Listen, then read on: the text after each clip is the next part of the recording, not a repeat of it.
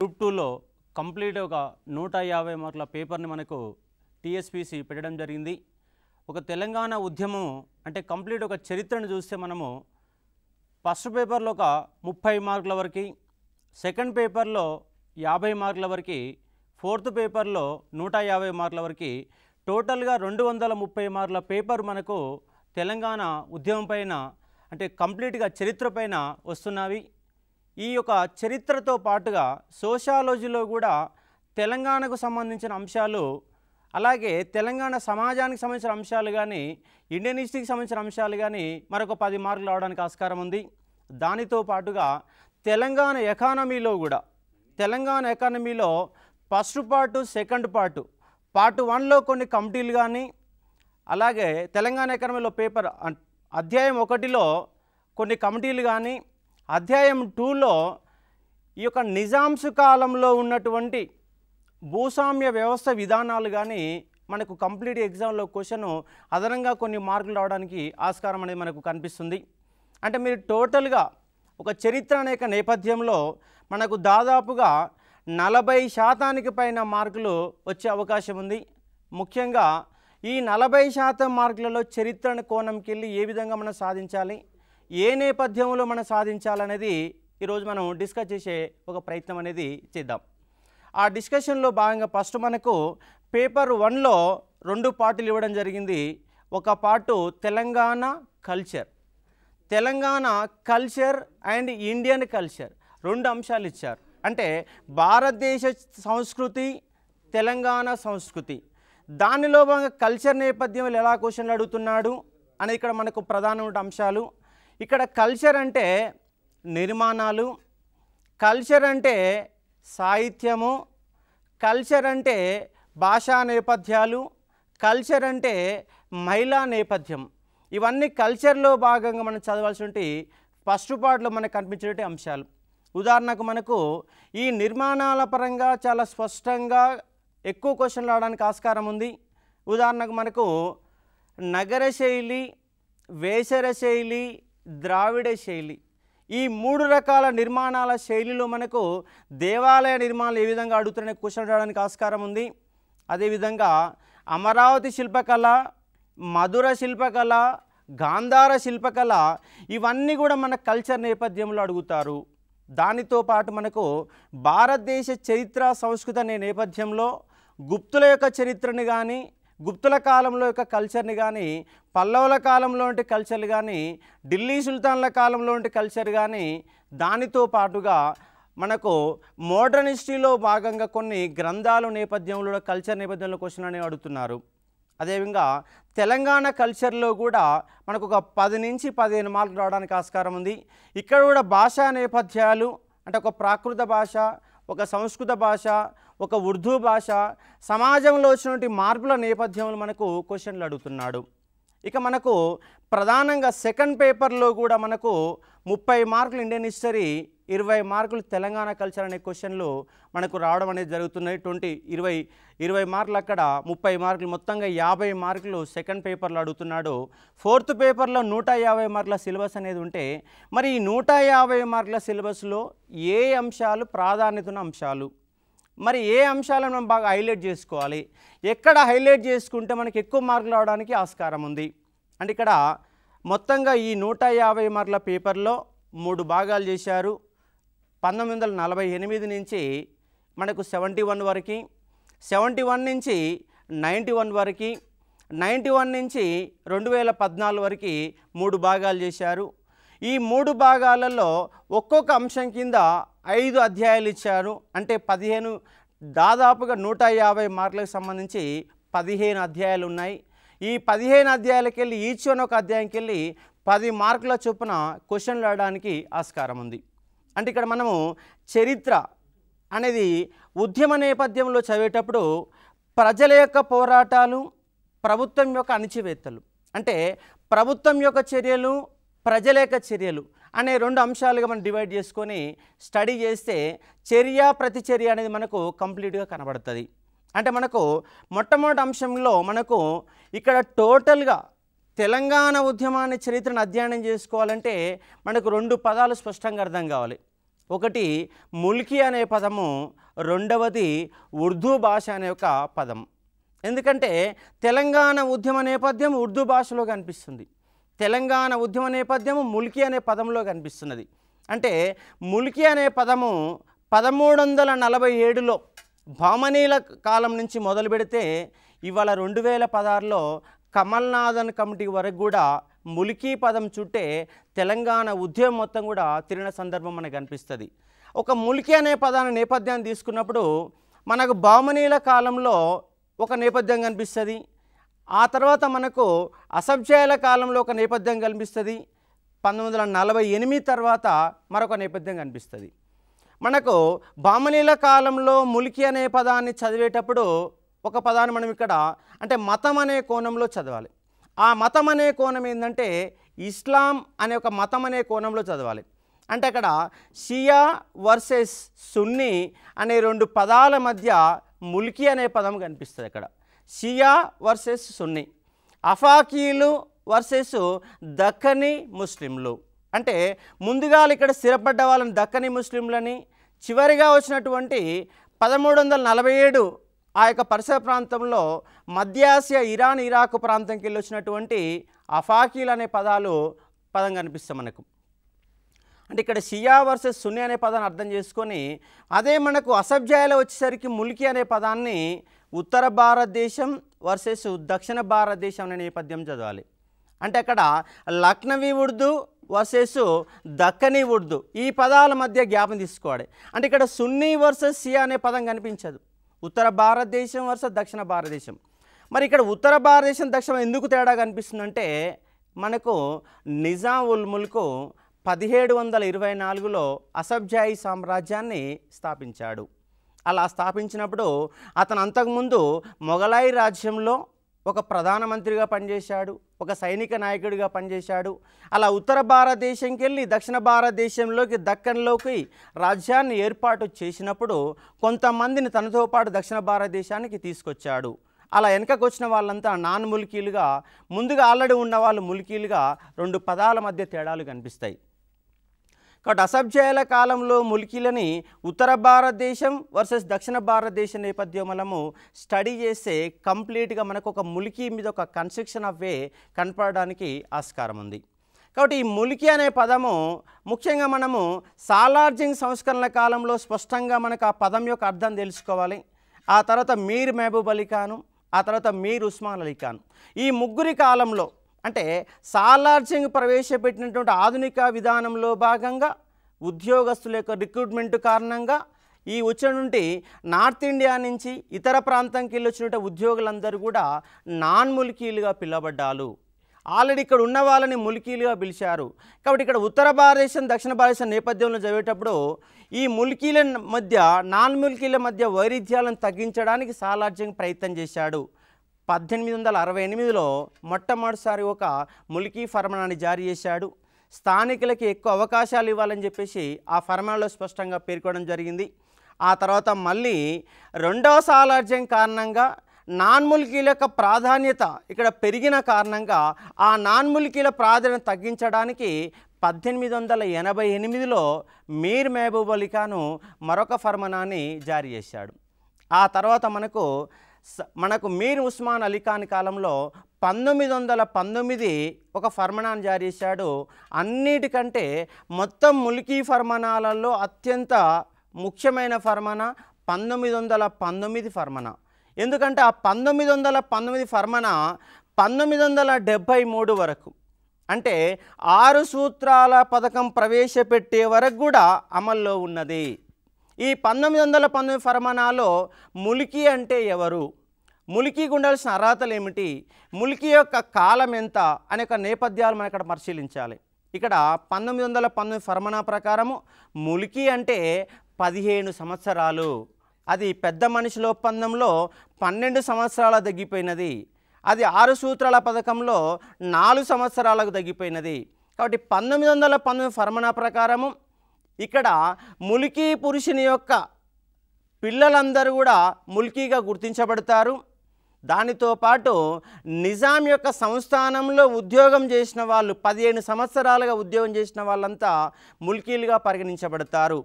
మరొక మూడో అంశం ఏంటంటే ఇక్కడ స్థిరపడి గత 17 సంవత్సరాలు ఇక్కడ స్థిరపడి మళ్ళీ మేము ఎక్కడికి పోమని చెప్పేసి సంబంధిత అధికారి చేత ధృవీకరణ పత్రం తీసుకొచ్చిన వాళ్ళు కూడా ములికీలుగా పరిగణించబడతారు. దీంట్లో ఉన్న 4వ నిబంధన అంటే ములికీ పురుషుని యొక్క భార్య కూడా ములికీగా పరిగణించబడుతుందని చెప్పేసి 1919 ఫర్మానా అనేది మనకు స్పష్టంగా పేర్కొంటున్నది. అంటే మనకు జీవో నెంబర్ 36 మీ వివాదాల నేపథ్యంలో కూడా సుప్రీంకోర్టులో గందరగోళాలు వచ్చినప్పుడు 1957 ఉద్యోగ చట్టాన్ని రద్దు చేసినప్పుడు దానికంటే ముందున్నటువంటి చట్టం అమల్లోకి ఉంటుందని చెప్పేసి 1972 అక్టోబర్ 3వ తారీఖు నాడు సుప్రీంకోర్టు స్పష్టంగా తీర్పులో పేర్కొన్నది. అందుకే 1919 ఫర్మానాన్ని మనం క్లారిటీగా గుర్తుపెట్టుకుంటే మనకి ఎగ్జామ్లో కంప్లీట్గా ఒక క్వశ్చన్ మార్క్ రావడానికి ఆస్కారం అనేది కనిపిస్తుంది. ఇంకోటి రెండో పదం మనకు ఉర్దూ భాష అని చెప్పాం. ఈ ఉర్దూ భాష అనే పదాన్ని అర్థం చేసుకుంటేనే తెలంగాణ ఉద్యమం ఎందుకు వచ్చిందో అర్థమవుతుంది. మరి ఉర్దూ భాష అనేది 1884లో మీర్ మహబూబ్ అలీ ఖాను ఈ యొక్క ఉర్దూ భాషని అధికారికంగా ప్రవేశపెట్టారు. మరి ఉర్దూ భాషకి తెలంగాణ ఉద్యమానికి ఏమిటా లింకు అంటే 1948 ఫిబ్రవరి 6వ తారీఖు వరకు మన యొక్క హైదరాబాద్ స్టేట్లో నిజాం సంస్థానంలో అధికార భాష ఉర్దూ భాష. మనము చదువుకున్నదంతా కూడా ఉర్దూ భాష. కానీ 1948లో ఆపరేషన్ పోలో తర్వాత జేఎన్ చౌదరి గవర్నమెంట్ వచ్చిన తర్వాత ఆపరేషన్ పోలో జరిగిన తర్వాత జేఎన్ చౌదరి ఒక ఆర్మీ పరిపాలన వచ్చిన తర్వాత మొట్టమొదటిసారిగా హైదరాబాద్ రాష్ట్రంలో స్థానికంగా భాషలలో విద్యను మొదలుపెట్టారు. అలా విద్యను మొదలుపెట్టినప్పుడు తెలుగులో విద్యాబోధన మొదలైనది మనకు హైదరాబాదు ప్రాంతంలో. అలా తెలుగులో విద్యాబోధన మొదలైనప్పుడు ఉర్దూ భాష వచ్చినటువంటి తెలంగాణ వాళ్ళు తెలుగు భాషను బోధించడం కష్టమైంది. అలాంటి సమయంలో మద్రాసులో ఉన్నటువంటి తెలుగు వాళ్ళు ఇక్కడ ఉద్యోగ రీత్యా ఇక్కడికి వచ్చేసి స్థిరపడడం అనేది జరిగింది. ఒకవేళ హైదరాబాద్ సంస్థానంలో తెలుగు భాష కనుక అధికారికంగా ఉండి ఉంటే ఈ తెలంగాణ ఉద్యమం అనేది అసలు రావడానికి ఆస్కారం ఉండేది కాదు. అంటే ఉర్దూ భాష నేపథ్యంలో కూడా ఆంధ్రవాడు ఇక్కడ రావడానికి ఒక కారణమైంది. వచ్చినటువంటి ఆంధ్ర వాళ్ళు ఇక్కడ స్థిరపడి మన ఉద్యోగాలు కొల్లగొట్టడానికి కూడా కారణమైంది. అంటే ఆంధ్ర వాళ్ళు తెలంగాణ వాళ్ళు డివైడ్ ఆఫ్ రూల్ ఎక్కడ ఏర్పడింది అంటే మనకు ఆ యొక్క మూలాలు మన అసభ్యాయుల కాలంలోనే కనిపిస్తాయి. మనకు నిజాముల్ ముల్క్ మరణించిన తర్వాత వారసత్వ తగాదాలు వచ్చిన తగాదాలో బ్రిటిష్ వాళ్ళు ఫ్రెంచి వారు మధ్యవర్తులుగా ఉండి మన హైదరాబాదు పరిధిలో ఉన్నటువంటి ఆంధ్ర ప్రాంతాన్ని లాక్కునే ప్రయత్నం చేశారు. దానిలో భాగంగా 1766 నాటికి బ్రిటిష్ వాళ్ళు ఉత్తర సర్కారు ప్రాంతాన్ని, 1788 నాటికి గుంటూరు ప్రాంతాన్ని, 1802 నాటికి దత్త మండలాలను అంటే సైన్య సహకార పద్ధతి వెల్లస్లీ ప్రవేశపెట్టిన సైన్య సహకార పద్ధతి కారణంగా మన దత్త మండలాలను బ్రిటిష్ వాళ్ళకి ఇవ్వాల్సిన అవసరం ఏర్పడింది.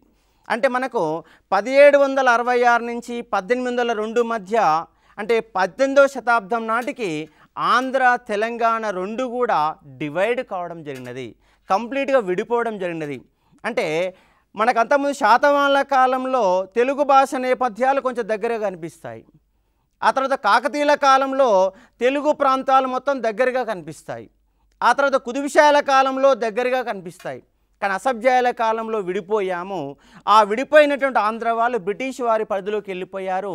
మనం నిజాం కింద మనం ఉండడం అనేది జరిగినది.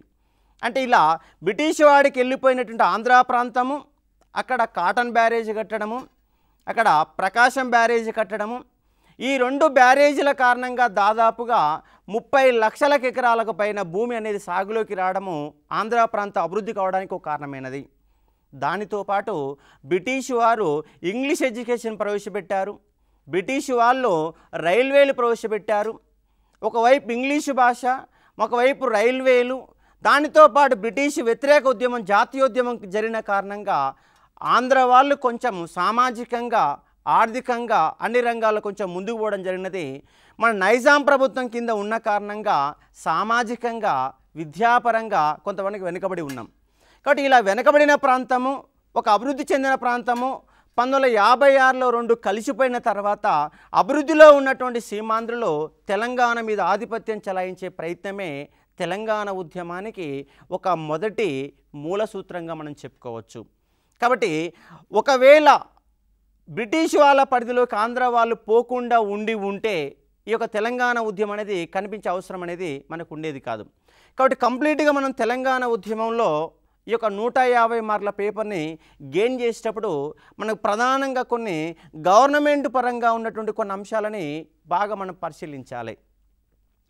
1948 నుంచి 56 వరకు హైదరాబాద్ స్టేట్, ఈ హైదరాబాద్ స్టేట్లో ఉన్నటువంటి 3 ప్రభుత్వాలు, ఒకటి జేఎన్ చౌదరి, రెండవది ఎంకే వెల్లోడి, మూడవది బూరుగుల రామకృష్ణారావు యొక్క గవర్నమెంట్.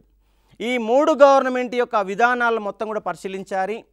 ఈ 3 గవర్నమెంట్ యొక్క మంత్రిమండలిలో ఉన్నటువంటి సభ్యులెవరో కంపల్సరీగా మనం గుర్తుపెట్టుకుంటే మనకు 100%గా 2 మార్క్స్ రావడానికి ఆస్కారం ఉంటుంది. అంటే జేఎన్ చౌదరి మంత్రివర్గంలో ఎవరున్నారు, ఎంకే వెల్లోడి మంత్రివర్గంలో ఎవరున్నారు, బూరుగుల రామకృష్ణారావు మంత్రివర్గంలో ఎవరున్నారు అనే మనం పక్కపక్క 3 లిస్టులు తయారు చేసుకోగలిగితే మనకు కంప్లీట్గా ఎగ్జామ్లో క్వశ్చన్ వస్తాయి. దానితో పాటు 1956 గవర్నమెంట్ యొక్క మంత్రిమండలి, అదేవిధంగా 2014 టీఆర్ఎస్ గవర్నమెంట్ యొక్క మంత్రిమండలి, అటు ఈ 5 మంత్రివర్గాలని మనం కంప్లీట్గా స్టడీ చేయగలిగితే మనకు ఒక 3-4 మార్కులు కంప్లీట్గా రావడానికి ఆస్కారం ఉంది. కాబట్టి ఇవి కొంత నాలెడ్జ్ బేస్డ్ కాబట్టి మన అవసరమైతే మనం పట్టడానికి కూడా ప్రయత్నం అనేది చేయాలి. అలా చేసినప్పుడు మనకు 2-3 మార్కులు రావడానికి ఆస్కారం ఉంది. దానితో పాటు తెలంగాణ ఉద్యమాన్ని అర్థం చేసుకోవాలంటే మరొక ముఖ్యమైన పదము పెద్ద మనుషుల ఒప్పందం. ఈ పెద్ద మనుషుల ఒప్పందంలోని మూల సూత్రాలే మనకు మళ్ళీ రావడానికి ఆస్కారం ఉంది, మళ్ళీ వస్తాయి, కనిపిస్తాయి కూడా. పెద్ద మనుషుల ఒప్పందంలో ఏ అంశాలు ఉన్నాయో 8 సూత్రాల పథకంలో కూడా అవే కనిపిస్తాయి. పెద్ద మనుషుల ఒప్పందంలో అంశాలే 5 సూత్రాలు 6 సూత్రాల్లో కనిపిస్తాయి, 610 జీవోలో కనిపిస్తాయి. ఆ తర్వాత శ్రీకృష్ణ కమిటీలో ఉండే నేపథ్యంలో కూడా ఆ పదాల యొక్క అర్థాలు మనకు మళ్ళీ కనిపిస్తాయి. కాబట్టి మీరు తెలంగాణ ఉద్యమాన్ని అర్థం చేసుకునేటప్పుడు మనకు ఫస్ట్ పార్ట్ ముఖ్యంగా 1948 నుంచి 1971 వరకు ఉన్నటువంటి అంశాలని క్లారిటీగా చదవాలి. ఇక్కడనే మనకి ఎక్కువ క్వశ్చన్లు ఇండైరెక్ట్ క్వశ్చన్లు రావడానికి ఆస్కారం ఉన్నది. పెద్ద మనుషుల ఒప్పందం మీద కంప్లీట్గా మనకు దాన్ని బేస్ చేసుకొని 5-6 క్వశ్చన్లు వస్తాయి. దీంట్లో మనకు 14 ఆర్టికల్స్ ఇచ్చాడు. మరి ఈ 14 ఆర్టికల్ని యాసిడ్గా గుర్తుపెట్టుకోవడం ఎలా అంటే దాన్ని మీరు సెంటెన్స్ రూపంలో చదివేటప్పుడు దాన్ని కొంచెం ముందుగా ఒక సబ్హెడ్డింగ్ రూపంలో గుర్తుపెట్టుకునే ఒక ప్రయత్నం చేయాలి. సబ్హెడ్డింగ్ అంటే ఇప్పుడు ఉదాహరణకు మొట్టమొదటి అంశం ఉన్నది, దాన్ని మిగులు నిధులు లేదా బడ్జెట్ అని గుర్తుపెట్టుకోవాలి.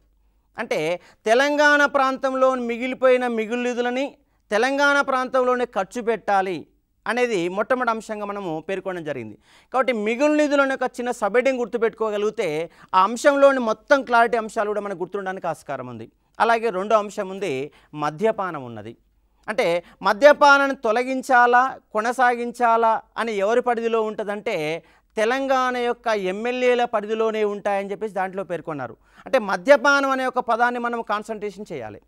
అలాగే మూడో అంశము విద్యా సౌకర్యాల గురించి. అంటే తెలంగాణ ప్రాంతంలోని విద్యా సౌకర్యాలు తెలంగాణ వాళ్ళకి ఇవ్వాలి, వాటిని మరికొంత అభివృద్ధి చేయాలి. ఒకవేళ ఈ విధంగా న్యాయం జరగకపోతే మొత్తం ఆంధ్రప్రదేశ్ రాష్ట్రంలో 1/3 ఇవ్వాలని చెప్పేసి మూడో అంశం కింద విద్యా సౌకర్యాల గురించి పేర్కొన్నారు. అదేవిధంగా 4-5 అంశాలు 2 కూడా ఉద్యోగాలకు సంబంధించినవి. అంటే రాబోయే రాష్ట్రంలో కొత్త ఉద్యోగాలు తొలగింపు అవసరమని మేము భావించడం లేదు. ఒకవేళ తొలగించాలనుకుంటే జనాభా నైష్పత్తిక ప్రాధాన్యత ప్రకారము తొలగించాలి అని దాంట్లో పేర్కొన్నారు. అంటే 40-60% తొలగించాలని చేసి దాంట్లో పేర్కొన్నారు. అంటే కొత్త ఉద్యోగాలు నియమించాలని కూడా అదే పద్ధతిలో. అంటే మనకు 4-5 అంశాలు దేని గురించి చెప్తున్నా ఉద్యోగాల గురించి చెప్తున్నవి. ఆ తర్వాత ఉన్న అంశం ఏంటంటే ఉర్దూ భాష గురించి చెప్తున్నది. అంటే ఉర్దూ భాషని 5 సంవత్సరాల కొనసాగించాలని చెప్తున్నారు. అలాగే మరొక అంశము స్థానిక నియమాలు. అంటే మనకు 1919 చట్టంలో స్థానిక నియమాలు 15 సంవత్సరాలు ఇక్కడ పుట్టిన వాళ్ళు మాత్రమే లోకల్ అవుతారని చెప్పారు. అదే అంశాన్ని పెద్ద మనుషుల ఒప్పందంలో పేర్కొని ఉదాహరణకు 12 సంవత్సరాలని పేర్కొనడం జరిగింది. కానీ మనము 12 సంవత్సరాలని కాకుండా 15 సంవత్సరాలను ఎక్కువ పరిగణలోకి తీసుకోవడం అనేది జరిగింది. కాబట్టి అంశాన్ని మనము గుర్తుపెట్టుకోవాలి. అంటే మొట్టమొదటి అంశం ఏంటిదంటే మిగులు నిధులు లేదా బడ్జెట్. రెండో అంశం ఏంటంటే మద్యపానము. మూడో అంశం ఏంటంటే విద్యా సౌకర్యాలు. నాలుగో అంశం ఏంటంటే ఉద్యోగాలు. ఆ తర్వాత ఉన్న అంశాలు ఏంటంటే ఉర్దూ భాష, స్థానిక నియమాలు, దానితో పాటు భూముల యొక్క అమ్మకాలు, విక్రయాలు. తెలంగాణ ప్రాంతంలో భూములు అమ్మాలన్నా కొనాలన్నా దేని పరిధిలో ఉంటే తెలంగాణ ప్రాంతీయ అభివృద్ధి మండలిలో మాత్రమే చర్చించిన తర్వాతే అమలు పరచాలని చేసి పేర్కొన్నారు. అంటే భూములు అమ్మాలన్నా కొనుగోలు దేని పరిధిలో ఉంటాయంటే దాని పరిధిలో తెలంగాణ ప్రాంతీయ అభివృద్ధి మండలిలో ఉంటాయి. అలాగే తర్వాత అంశం ఏంటంటే తెలంగాణ ప్రాంతీయ అభివృద్ధి మండలి గురించి 9, 10, 11 3 అంశాల గురించి కూడా పేర్కొంటున్నాయి. అంటే 9వ అంశం ఏంటంటే తెలంగాణ సర్వతోముఖ అభివృద్ధి కోసం ఒక తెలంగాణ ప్రాంతీయ అభివృద్ధి మండలి ఉంటుందని 9వ అంశం చెప్తే 10వ అంశము తెలంగాణ ప్రాంతీయ అభివృద్ధి మండలికి ఏ విధంగా అది ఎన్నుకోబడుతున్నది, దాంట్లో ఎవరెవరు సభ్యులుగా ఉంటారు. 9 మంది అంటే జిల్లాలకెళ్ళి 9 జిల్లాలలో ఉన్నటువంటి ఆ ఎమ్మెల్యేల చేత 9 మంది ఎన్నుకోబడతారు. మరొక 6 ఎమ్మెల్యేలు లేదా ఎంపీల చేత ఎన్నుకోబడతారు. మరొక 5 ఎవరైనా ఎన్నుకోబడతారు. అంటే ఇంటెలెక్చువల్ పర్సన్స్, మేధావి వర్గం, సామాజిక నేపథ్యం ఉన్నటువంటి వర్గం ఎన్నుకోబడతారని చెప్పేసి దాంట్లో ఎన్నిక విధానం గురించి ఆర్టికల్ 10లో పేర్కొన్నారు. ఇక 11వ ఆర్టికల్లో తెలంగాణ ప్రాంతీయ అభివృద్ధి మండలి యొక్క ఏం పనిచేస్తుంది, ఎలా పనిచేస్తున్నాయి, దాంట్లో ఉన్న అంశాలు మొత్తం కూడా దాంట్లో పేర్కొనడం అనేది జరిగింది. దాని తర్వాత 12, 13 మంత్రిమండలి గురించి పేర్కొంటుంది. చివరి అంశం ఏంటంటే తెలంగాణ కాంగ్రెస్ పార్టీ.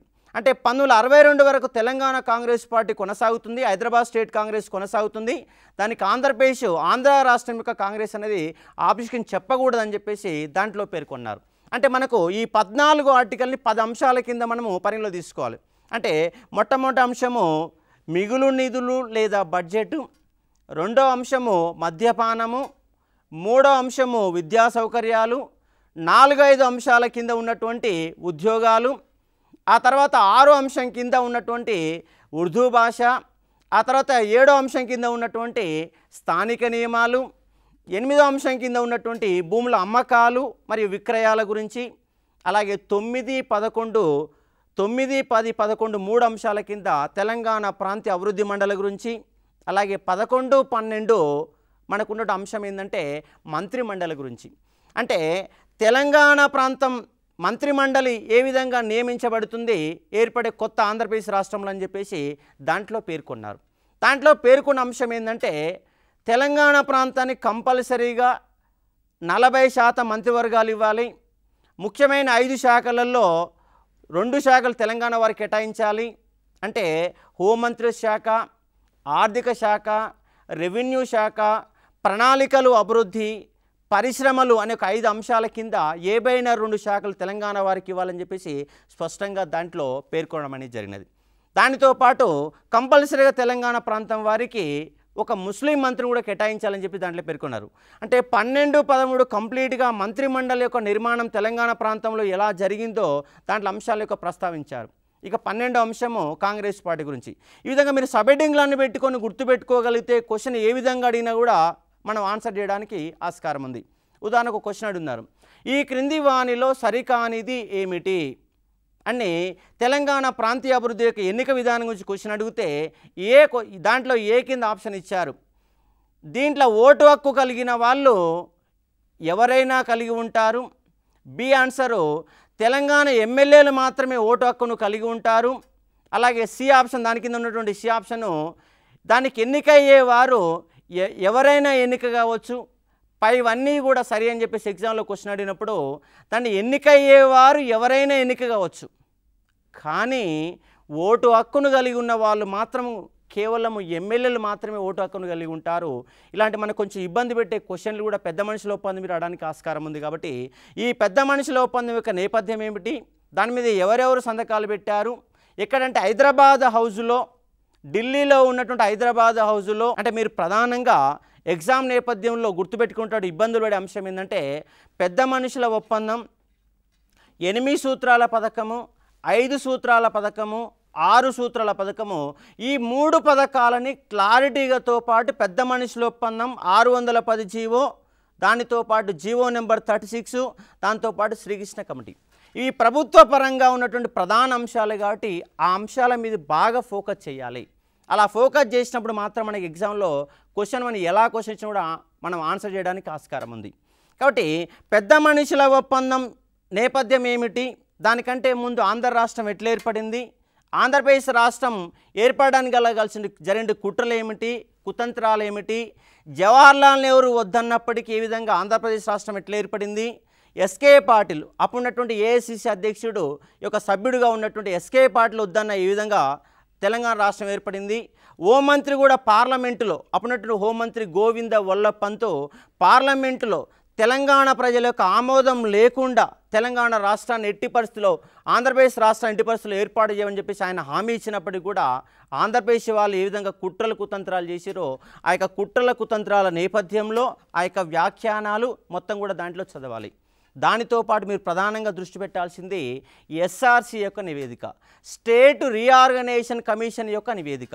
ఎందుకంటే ఇది ఒక గవర్నమెంట్ యొక్క నివేదిక, గవర్నమెంట్ అధికారికంగా ఏర్పాటు చేసిన కమిషన్ యొక్క నివేదిక. ఆ నివేదికలో దాదాపుగా మనకు 369 నుంచి 389 వరకు 20 ఆర్టికల్స్లో పెట్టారు. ఆ 20 ఆర్టికల్స్లో కూడా తెలంగాణ ప్రాంతం యొక్క వాదనలు ఏమిటి, ఆంధ్రప్రదేశ్ యొక్క ఆంధ్ర రాష్ట్రం యొక్క వాదనలు ఏమిటి, రెండింటిని కూడా మనం పరిశీలించాలి. దానిలో ఉన్నటువంటి ముఖ్యమైన అంశాలను కూడా మనం కోట్ చేసుకోగలిగితే క్వశ్చన్ ఏ విధంగా వచ్చినా కూడా మనము ఆన్సర్ చేయడానికి ఆస్కారం ఉంటుంది. దాంతోపాటు అంబేద్కర్ యొక్క అభిప్రాయాలు కూడా చిన్న రాష్ట్రాల నేపథ్యంలో అయినా ఎలాంటి అభిప్రాయాలు ఇచ్చే అంశాలను కూడా మనం బాగా హైలైట్ చేసుకోగలిగితే మనకి ఫస్ట్ పార్ట్లో ఎక్కువ స్కోరింగ్ చేయడానికి ఆస్కారం ఉంది. అంటే మనకు 1969 వరకు 1948 నుంచి 1969 వరకు ఒక ప్రధానమైన అంశాలను మనం ఒకసారి పరిశీలిస్తే ఆపరేషన్ పోలో, 3 గవర్నమెంట్లు, ఆ 3 గవర్నమెంట్లో ఉంటే మంత్రివర్గాలు, దానితో పాటు ఎస్ఆర్సి యొక్క నివేదిక, అంబేద్కర్ యొక్క అభిప్రాయాలతో పాటు ఎస్ఆర్సి నివేదికలోని ముఖ్యమైన ప్రాధాన్యత అంశాలను హైలైట్ చేస్తూ పెద్ద మనుషుల ఒప్పందంలో ఏ అంశాలు ఉన్నాయి, ఎస్ఆర్సి నివేదికలో ఏ అంశాలు ఉన్నాయి. అంటే ముందుగా ఎస్ఆర్సి నివేదిక ఏ విధంగా హెచ్చరించింది, కానీ హెచ్చరికలను కాదని కూడా ఏ విధంగా ఆంధ్రప్రదేశ్ రాష్ట్రం ఏర్పడిందో ఆ కుట్రల కుతంత్రాల విషయాలు మొత్తం కూడా చదవాలి. దానితో పాటు పెద్ద మనుషుల ఒప్పందంలో 14 ఆర్టికల్స్ కూడా దగ్గర పెట్టుకొని ఆ తర్వాత 14 అంశాల ఆధారంగా ఏ విధంగా ఉల్లంఘనలు జరిగినాయో కూడా మనం చూడాలి. ఉదాహరణకు మిగిలిన నిధులు ఏ విధంగా ఉల్లంఘన జరిగినాయో మనకు కొన్ని కమిటీల ద్వారా చూపించారు. ఉదాహరణకు లలిత్ కుమార్ కమిటీ. ఈ లలిత్ కుమార్ కమిటీ అనేది తెలంగాణ ప్రాంతం మిగిలిపోయిన నిధులు అనేవి ఉన్నాయని చెప్పి స్పష్టంగా పేర్కొన్నది. దాంట్లో 34 కోట్ల రూపాయల 10 లక్షల రూపాయలు 34 కోట్ల 10 లక్షల రూపాయలు తెలంగాణ ప్రాంతం నిధులు మిగిలిపోయాయని అవి ఖర్చు పెట్టలేదని చెప్పేసి పేర్కొన్నారు. అదేవిధంగా వశిష్ఠ భార్గవ కమిటీ లెక్కల ప్రకారము 28 కోట్ల 34 లక్షల రూపాయలు మిగిలిపోయాయని చెప్పేసి వశిష్ఠ భార్గవ కమిటీ కూడా చెప్పడం జరిగింది. అంటే మిగులు నిధులు అనే అంశాన్ని చదివేటప్పుడు ఈ కమిటీల యొక్క సమాచారాన్ని దాన్ని ఇంక్లూడ్ చేసుకొని అన్యాయాల కింద మనం చదువుకోవచ్చు. ఉదాహరణ మద్యపానం ఉంది. మద్యపానం గురించి తెలంగాణ ప్రాంతీయ అభివృద్ధి కమిటీని ఏ రోజు కూడా పట్టించుకోలేదు. కొన్ని ప్రాంతాల్లో దాన్ని బాగా హైలైట్ చేసి ఆంధ్ర ప్రాంతంలో కొంత మద్యపాన నిషేధాన్ని కొంతవరకు సడలించే సందర్భాలు కూడా కనిపిస్తాయి. ఇలా ఒక్కొక్క అంశాన్ని ఆ యొక్క ఉల్లంఘనలు మొత్తం కూడా చదువుకోవాలి. పెద్ద మనుషుల ఒప్పందంలో ఎలాంటి ఒప్పందాలు చేసుకున్నారు, ఆ తర్వాత పార్లమెంటులో చట్టం చేసేటప్పుడు పార్లమెంటులో అంశాలని ప్రవేశపెట్టేటప్పుడు ఏ విధంగా అన్యాయం చేశారు, దానికి మధ్య వైరుధ్యాన్ని కూడా మనం చూసుకోవాలి. అంటే చట్ట రూపంలో మారినప్పుడు తెలంగాణలోని అంశాలు కూడా తీవ్రమైన అన్యాయానికి గురయ్యాయి. పెద్ద మనుషుల ఒప్పందంలో నుండి సాగునీరు అనే పదాన్ని దాంట్లో పేర్కొనలేదు. అలాగే తెలంగాణ ప్రాంతీయ అభివృద్ధి మండలి అని దీంట్లో పేర్కొంటే దాన్ని కమిటీగా మార్చారు. అలాగే చైర్మన్ అనే వ్యక్తి సీఎం కానీ డిప్యూటీ సీఎం కానీ కంపల్సరీ కావాలని దాంట్లో పేర్కొంటే ఆ అంశమే దాంట్లో ప్రస్తావించలేదు. ఆ తర్వాత ప్రతిసారి కూడా చైర్మన్ ఎన్నికయ్యారు. కాబట్టి ఆ చైర్మన్లు కూడా ఎవరెవరు ఎన్నుకున్నారు, అచ్యుతారెడ్డి ఎవరు, ఆ తర్వాత అయ్యగిరివాచారి ఎవరు, ఆ తర్వాత జె చొక్కారావు ఎవరు, కోదాటి రాజమల్లి ఎవరు. అంటే మనం ఇక్కడ చదవాల్సిన వాళ్ళ పేర్లు ఒకటే గుర్తుపెట్టుకోవడం కాదు. మరి అచ్యుతారెడ్డి ఎవరు, అయ్యగిరివాచారి యొక్క నేపథ్యం ఏమిటి, దానితో పాటు జె చొక్కారావు యొక్క నేపథ్యం ఏమిటి, కోదాటి రాజమల్లి ఎవరని చెప్పేసి వాళ్ళ యొక్క పర్సనల్ బయోగ్రఫీస్ మనం తెలుసుకునే ఒక ప్రయత్నం చేయాలి. ఉదాహరణకు అచ్యుతారెడ్డి మహబూబ్నగర్ జిల్లా వాసి. 1938లో ఉస్మానియా యూనివర్సిటీలో వందే మాతర ఉద్యమం చెలరేగినప్పుడు ఆ ఉద్యమ కమిటీకి కమిటీ చైర్మన్గా పనిచేసింది ఎవరంటే అచ్యుతారెడ్డి పనిచేశాడు. అదే అచ్యుతారెడ్డి తర్వాత కాలంలో తెలంగాణ ప్రాంతీయ అభివృద్ధి మండలి యొక్క చైర్మన్గా ఎన్నికవడం జరిగింది. అలాగే అయగ్రీవాచారి, ఈ అయగ్రీవాచారి వరంగల్ జిల్లా వాసి. ఇవాళ వరంగల్ యొక్క మున్సిపాలిటీ యొక్క మొట్టమొదటి అధ్యక్షుడు ఎవరంటే అయగ్రీవాచారి. దానితో పాటు ఇవాళ వరంగల్లో ఉన్నటువంటి అక్కడ ఉన్నటువంటి గాంధీ ఆసుపత్రులు కానీ, ఇవాళ కాకతీయ విశ్వవిద్యాలయం కానీ, ఇవాళ ఆర్ఈసి రీజనల్ ఇంజనీరింగ్ కాలేజ్ కానీ ఇవన్నీ స్థాపించడానికి గల ప్రధాన కారకుడు అయగ్రీవాచారి. ఇదే అయగ్రీవాచారి పివి నరసింహరావు గవర్నమెంట్లో పంచాయతీరాజ్ శాఖ మంత్రిగా పనిచేయడం జరిగినది. దాంతోపాటు ఆయన చివరిగా నక్సలైట్ల చేతిలో మరణించాడు అన్న అంశాలు కూడా మనం పరిశీలించాలి. అలాగే జె చొక్కారావు, ఇలా జె చొక్కారావు యొక్క పేరు మీద ఇవాళ వరంగల్లో ఉన్నటువంటి దేవాదుల ప్రాజెక్టుకు ఆయన పేరు పెట్టడం అనేది జరిగింది. అలాగే కోదాటి రాజమల్లు ఆదిలాబాదు కరీంనగర్ జిల్లాకు సంబంధించిన వాడు, తర్వాత ఎంపీగా ఎన్నికయ్యాడు. ఆ తర్వాత ఎస్సీ ఎస్టీ కమిషన్ చైర్మన్ కూడా పనిచేశాడు. ఇలా లేక వ్యక్తుల యొక్క నేపథ్యాలు తెలుసుకోవాలి. దాంతోపాటు కోదాటి రాజమల్లు తెలంగాణ ప్రాంతీయ కాంగ్రెస్లో ఉపాధ్యక్షుడిగా పనిచేశాడు. కొండా లక్ష్మణ్ బాబూజీ పీడీ యాక్ట్ కింద అరెస్ట్ అయ్యి రాజమండ్రి సెంట్రల్ జైలుకు పోయినప్పుడు దానికి అధ్యక్షుడిగా వివరించిన వ్యక్తి ఎవరంటే కోదాటి రాజమల్లు. కాబట్టి ఏదైనా పర్సనాలిటీ వచ్చినప్పుడు ఆ పర్సనాలిటీ యొక్క మొత్తం బయోగ్రఫీని మనం గుర్తుపెట్టుకోగలిగితే ఎగ్జామ్లో క్వశ్చన్ ఏ విధంగా వచ్చినా కూడా మనము ఆన్సర్ చేయడానికి ఆస్కారం ఉంటుంది. కాబట్టి పెద్ద మనుషుల ఒప్పందము, ఆ ఒప్పందం జరిగినట్టు ఉల్లంఘనలు మనం క్లారిటీగా చదవాలి. ఉదాహరణకు ఆరోగ్య విషయాలు ఎలా జరిగింది, విద్యా సౌకర్యం ఎలా అన్యాయం జరిగింది, ఉద్యోగాలు ఎలా కొల్లగొట్టారు. ఉదాహరణకు తెలంగాణ ఉద్యమాన్ని మొత్తం అర్థం చేసుకుంటాడు మనం ప్రధానంగా దృష్టి పెట్టాల్సింది ఉద్యోగాలనే పదం మీద. నీళ్లు, నిధులు, నియామకాలు, ఈ మూడు పదాలు మనకు కనిపించవచ్చు. కానీ నీళ్లు ఎలా పోయాయి, నిధులు ఎలా తరలించబడ్డాయి సరిగా మనకు లెక్కలు దొరకలేదు. కానీ నియామకాల విషయంలో మాత్రం ప్రతిసారి అది చర్చకు వచ్చినది. ఉదాహరణకు 1952లో ముల్కీ ఉద్యమానికి గల ప్రధాన కారణము ఉద్యోగాల అంశం. 1969 ఉద్యమానికి గల ప్రధాన కారణము ఉద్యోగాల అంశం. 2009 అక్టోబర్ 9వ తారీఖు నాడు 14F మీద సుప్రీంకోర్టు యొక్క తీర్మానం కారణంగానే చివరి దశ ఉద్యమం అనేది పట్టాలపైకి ఎక్కిన అంశాన్ని గుర్తుపెట్టాలి. అంటే 52 ఉద్యమానికి గల ప్రధాన కారణము ఉద్యోగాలు, 69 ఉద్యమానికి గల ప్రధాన కారణము ఉద్యోగాలు, 2009 చివరి దశ ఉద్యమాన్ని పట్టాలపైకి ఎక్కించింది కూడా ఉద్యోగాలనే అంశమే. కాబట్టి నీళ్లు, నిధులు, నియామకాలు, ఆ నీళ్లు నిధులు పక్కన పెట్టినప్పటికీ నియామకాల అంశం మీద మనం స్పష్టంగా చదువుకోవాలి. ఉదాహరణకు కొన్ని కమిటీల యొక్క సమాచారం ప్రకారము 1968 నాటికి 1956 నుంచి 68 మధ్య తెలంగాణ ప్రాంతం వాసులు ఆంధ్ర ప్రాంతం వాళ్ళు కోల్పోయిన ఉద్యోగాల సంఖ్య ఎంత అంటే 22,000 ఉద్యోగాలు. అదేవిధంగా 1975 నుంచి 81, 84 మధ్య ఆంధ్ర వాళ్ళు కొల్లగొట్టిన ఉద్యోగాల సంఖ్య ఎంత అంటే 58,962 ఉద్యోగాలు. అదేవిధంగా గిరిగ్లాని కమిటీ లెక్కల ప్రకారం దాదాపుగా 2.5 లక్షల ఉద్యోగాలు కొల్లగొట్టారని చెప్పారు. అంటే టోటల్గా 1956 నుంచి 2014 వరకు 3 నుంచి 4 లక్షల మధ్య ఉద్యోగాలు ఆంధ్ర ప్రాంతం వాళ్ళు కొల్లగొట్టారు. కాబట్టి ముల్కీ అనే పదం ఉద్యోగాల చుట్టూ నేపథ్యంలో ఉన్నది. ఉదాహరణకి వాళ్ళ కమల్నాథ్ కమిటీ ఉన్నది. వాళ్ళ కమల్నాథ్ కమిటీ చెప్పే అంశం ఏమిటి? ఆంధ్ర మరియు తెలంగాణ ఉద్యోగులకు విభజన. మరి ఉద్యోగుల విభజన అంటే ఏంది? స్థానికులు ఎవరు, స్థానికేతరులు ఎవరు, అంటే ఆంధ్ర వాళ్ళు ఎవరు, తెలంగాణ ఎవరు, అంటే దీంట్లో కనిపించే అంశం ఏంటిదంటే ముల్కీ అనే పదమే కనిపిస్తుంది. కాబట్టి టోటల్గా ఉద్యమాన్ని మనం అర్థం చేసుకునేటప్పుడు ముల్కీ, నాన్ ముల్కీ అనే పదాన్ని అర్థం చేసుకోవాలి, ఉర్దూ భాష అనే పదాన్ని అర్థం చేసుకోవాలి, దానితో పాటు పెద్ద మనుషుల ఒప్పందాన్ని అర్థం చేసుకోవాలి. ఇలా అన్ని అంశాల మీద లోతైన అవగాహన చేసుకోగలిగితే మన ఎగ్జామ్లో ఎక్కువ మార్కులు సంపాదించడానికి ఆస్కారం ఉంది. ఉదాహరణ 69 ఉద్యమాన్ని ఒకసారి మనం పరిశీలించే ప్రయత్నం చేస్తే ఈ యొక్క 69 ఉద్యమంలో భాగంగా 69 ఉద్యమము గల కారణాలను పరిశీలించినప్పుడు మళ్ళీ పెద్ద మనుషుల ఒప్పందంలో ఉల్లంఘనలే. అలాగే మీరు 69 ఉద్యమం యొక్క జరిగిన విధానం మొత్తం కూడా పరిశీలించాలి. ఉదాహరణకు తెలంగాణ పరిరక్షణ దినంగా 1968 జూలై 10వ తారీఖున జరుపుకొని ఆ యొక్క ఉద్యమ రూపాన్ని కల్పించారు. ఖమ్మం జిల్లాలో ఇక ఉన్నటువంటి ఇంజనీరింగ్ ఉద్యోగాలు, కాంట్రాక్ట్ ఉద్యోగాలు కోల్పోయినప్పుడు అలా మొదలైన ఉద్యమము అది పెద్ద ఆకాశమంత స్థాయికి ఎదిగినది.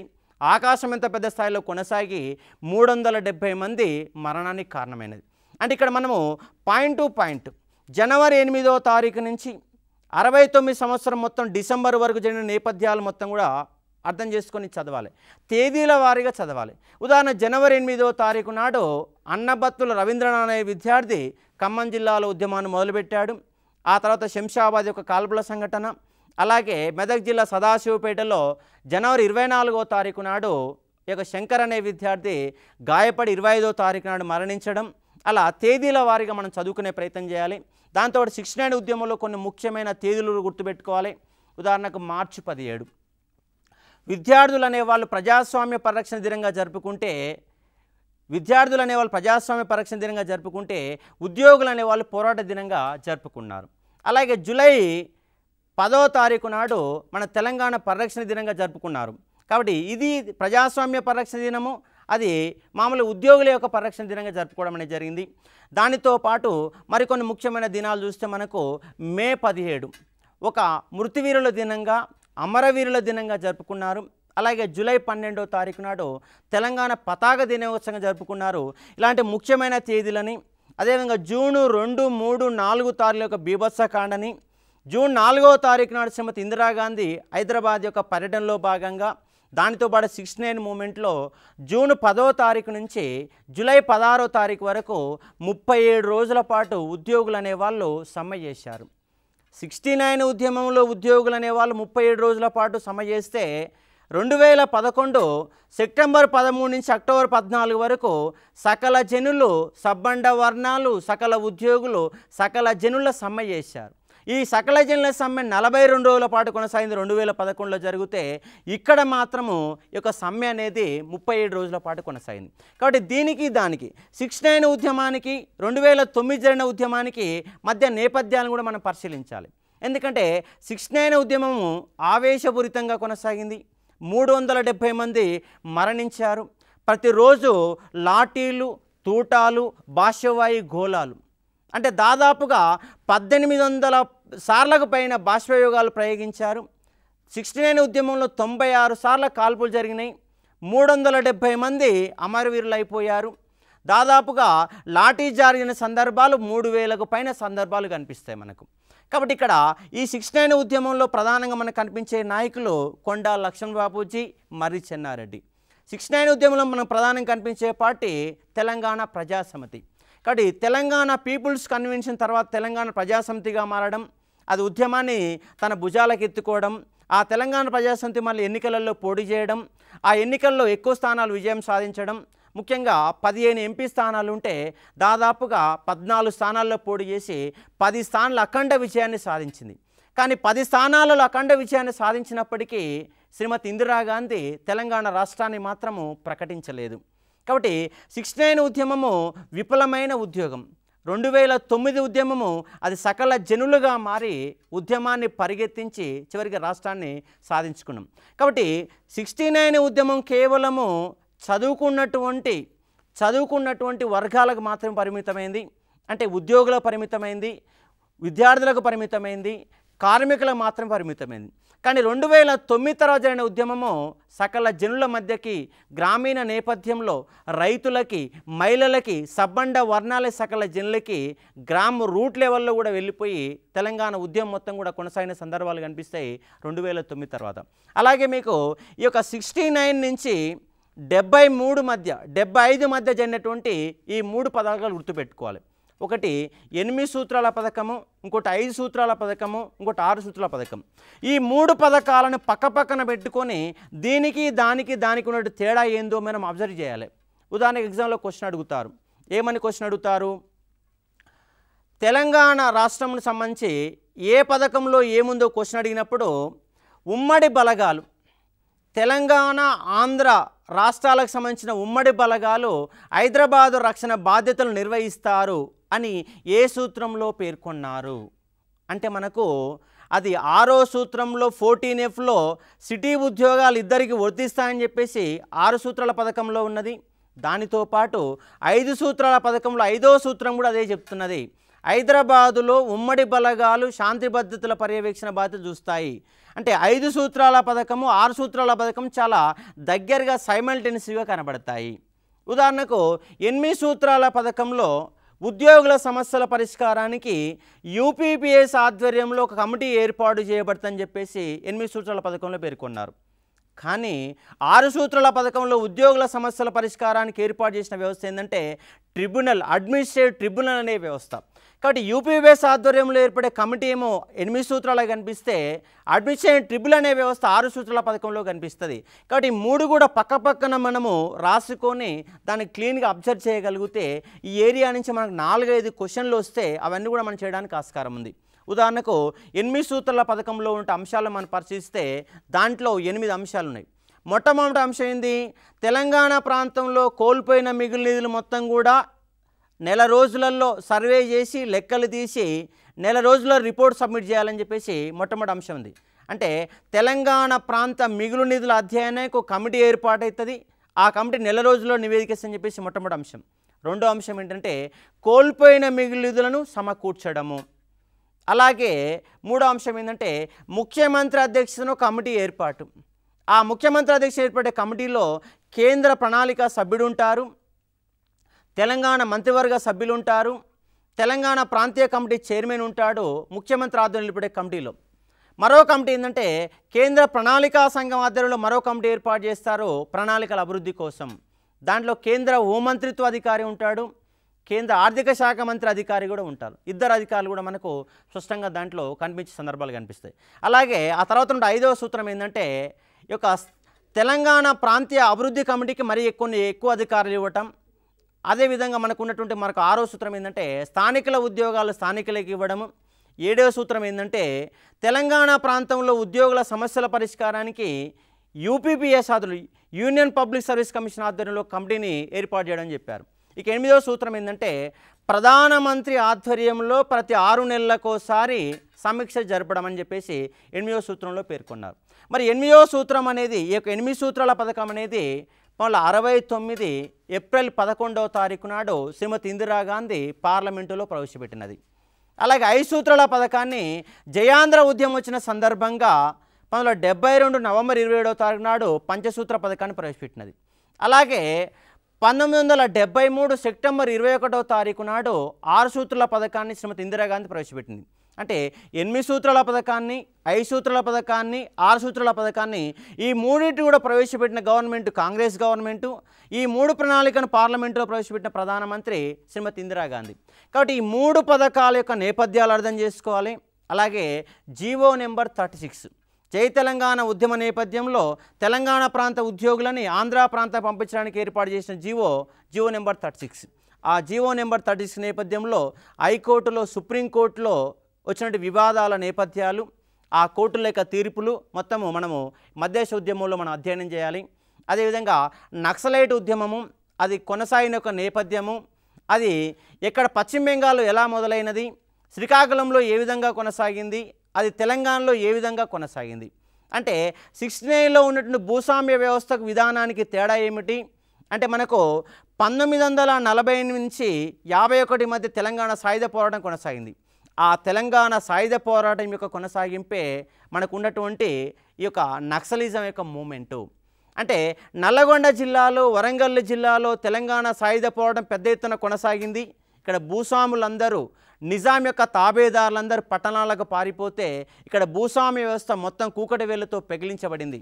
కానీ కర్నూలు, మన యొక్క కరీంనగరు మరియు ఆదిలాబాద్ జిల్లాలో ఆ భూస్వామ్య వ్యవస్థ యొక్క వేళ్ళు మొత్తం అలాగే ఉన్నాయి. కాబట్టి మనకు ఈ యొక్క నక్సలిజం అనే మూమెంట్ కరీంనగర్ జిల్లాలో, ఆదిలాబాద్ జిల్లాలో కొనసాగడానికి గల కారణం ఏంటంటే అక్కడ మనకు 1948, 46 నుంచి 51 మధ్య తెలంగాణ సాయుధ పోరాటం అక్కడ పెద్దగా నేపథ్యం ఉండకపోవడమే. అక్కడ తెలంగాణ సాయుధ పోరాట నేపథ్యం అక్కడ బలంగా ఉంటే నక్సలైట్ మూమెంట్ కరీంనగర్ జిల్లా రావడానికి ఆస్కారం అనేది మనకు కనిపించదు. కాబట్టి తెలంగాణ సాయుధ పోరాటం దాని నేపథ్యాలు రెండింటి కూడా మిల్కప్ చేసి చదవాలి. అంటే 69 నుంచి 85 వరకు జరిగిన నక్సలిజం మొత్తం కూడా భూస్వామ్య వ్యతిరేక పోరాటము. కానీ 85 నుంచి 2006 మధ్య జరిగిన నక్సలిజం మూమెంట్ మొత్తం కూడా ప్రభుత్వ వ్యతిరేక పోరాటం. అంటే 69 నుంచి 85 మధ్య భూస్వామ్య వ్యతిరేక పోరాటంగా కొనసాగినట్టు ఉద్యమము 85 నుంచి ప్రభుత్వ వ్యతిరేక పోరాటంగా మారిపోయిన సందర్భాలని మనం విశ్లేషించి ఇక్కడ చదవాలి.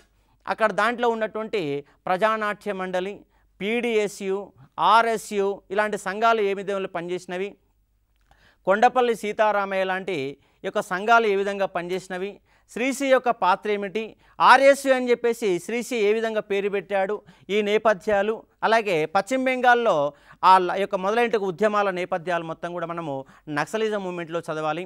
అలాగే మనం తర్వాత 75 నుంచి 84 మధ్య ఉన్నటువంటి జరిగినటువంటి వివాదాల నేపథ్యంలో 610 జీవోని గురించి మనము స్టడీ చేస్తాము. ఎందుకంటే 610 జీవో అనేది 2009 తర్వాత అంటే 90 నుంచి అది తెలంగాణ ఉద్యమ నేపథ్యంలో 610వ జీవో కీలకమైన అంశంగా మారింది. ప్రతి సమావేశంలో ప్రతి సభలో కూడా 600 జీవో యొక్క 10 ప్రస్తావన మనకు మళ్ళీ కనిపిస్తుంది.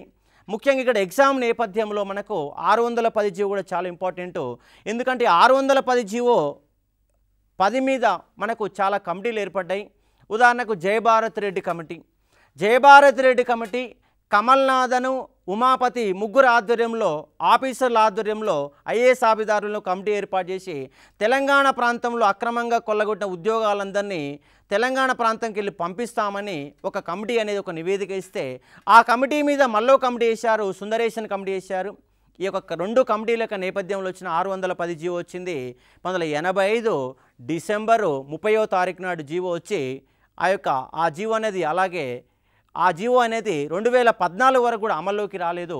ఈ నేపథ్యంలో మనకు గిరిగ్లాని కమిటీ కనిపిస్తుంది. ఆ తర్వాత ఉన్నటువంటి మనకు మిగతా అంశాలు కూడా కనిపిస్తాయి. కాబట్టి ఇక్కడ మనము కంప్లీట్గా తెలంగాణ ఉద్యమ చివరి దశ ఉద్యమాన్ని చదివేటప్పుడు 4 అంశాలను పరిశీలించాలి. ఒకటి ఏంటంటే మనకున్నటువంటి సంఘాలు, ఆ సంఘాల నేపథ్యం ఏ విధంగా ఉంది, అవి ఎలా స్థాపించారు, తెలంగాణ ఉద్యమానికి ఏ విధంగా కృషి చేసినాయి. ఉదాహరణకు తెలంగాణ ఐక్యవేదిక కావచ్చు, తెలంగాణ విద్యావంతుల ఫోరం కావచ్చు, తెలంగాణ జనసభ, తెలంగాణ మహాసభ, భువనగిరి సభ, సూర్యాపేట సభ, వరంగల్ డిక్లరేషను, ఇలాంటి నేపథ్యాలు మొత్తం చదవాలి. అలాగే మనకున్నటువంటి ఈ యొక్క ముఖ్యమైన అంశం ఏంటంటే దీంట్లో భాగంగా పార్టీల యొక్క పాత్ర. మొత్తం తెలంగాణ ఉద్యమంలో ప్రముఖ పాత్ర పోషించిన ఒక పార్టీ టీఆర్ఎస్ పార్టీ, తెలంగాణ రాష్ట్ర సమితి. మన 69 ఉద్యమంలో తెలంగాణ ప్రజాసమితి ఉంటే ఇక్కడ తెలంగాణ రాష్ట్ర సమితి తెలంగాణ ఉద్యమాన్ని మొత్తం పరిగెత్తించి చివరికి విజయ తీరాల జరిగిన పార్టీ కూడా టీఆర్ఎస్ పార్టీ. అంటే తెలంగాణ ఉద్యమానికి మద్దతు తెలిపిన పార్టీలు, తెలంగాణ కోసం ఏర్పడిన పార్టీలు 13 ఉంటే వ్యతిరేకించిన పార్టీలు ఒక 5-6 పార్టీలు ఉంటాయి. రాజకీయ పార్టీల యొక్క ప్రాంతం చదవాలి. అదేవిధంగా 2009 తర్వాత 2009 డిసెంబర్ 24 తర్వాత ఏర్పడిన ఒక వ్యవస్థ పొలిటికల్ చేసి ఒక కార్యక్రమాలు మొత్తం కూడా మనము అధ్యయనం చేయాలి. సకల జిల్లా సమ్మె, సడకు బంధు, సాగరహారము, మిలియన్ మార్చు, సమర దీక్ష, సంసద్ యాత్ర, ఈ యొక్క నేపథ్యాలు, వాటి యొక్క ముఖ్యమైన తేదీలు, జరిగిన సంఘటనలు, పాల్గొన్న నాయకులు, ఈ నేపథ్యం పొలిటికల్ చేసిన యొక్క నేపథ్యం ముఖ్యమైన అంశాలు మొత్తం కూడా మనం పరిశీలించాలి. అదేవిధంగా పార్లమెంటరీ వ్యవస్థ ద్వారా తెలంగాణ రాష్ట్రం ఎట్లా ఏర్పడిందో కూడా మనం చూడాలి. అంటే పార్లమెంటరీ వ్యవస్థ అంటే మనకున్నటువంటి సిడబ్ల్యూసి యొక్క తీర్మానము, జీవోఎం యొక్క ఏర్పాటు, ఆ జీవోఎం యొక్క సభ్యులు ఎవరు, అది ఏ విధంగా చట్టం చేసినది, లోక్సభలో ఏ విధంగా బిల్లు పెట్టినది, అలాగే రాజ్యసభలో ఏ విధంగా బిల్లు పెట్టినది, రాష్ట్రపతి యొక్క ఆమోద ముద్ర, ఆ తర్వాత 2014 యొక్క గవర్నమెంట్ యొక్క పదవీ ప్రమాణ స్వీకారము, ముఖ్యమైన అధిపతులు, మొట్టమొదటి వారు ఎవరున్నారు, ఆ మంత్రిమండలిలో ఉన్నటువంటి సభ్యులు మొత్తం కూడా మనము పరిశీలించి అధ్యయనం చేయగలిగితే ఎక్కువ మార్కులు స్కోర్ చేయడానికి ఆస్కారం ఉంది. ముఖ్యంగా మీరు ఇక్కడ చదవాల అంశం ఏంటంటే తెలంగాణ ఉద్యమంలో కంప్లీట్గా మనకు దాదాపుగా 30 కమిటీలు కనిపిస్తాయి.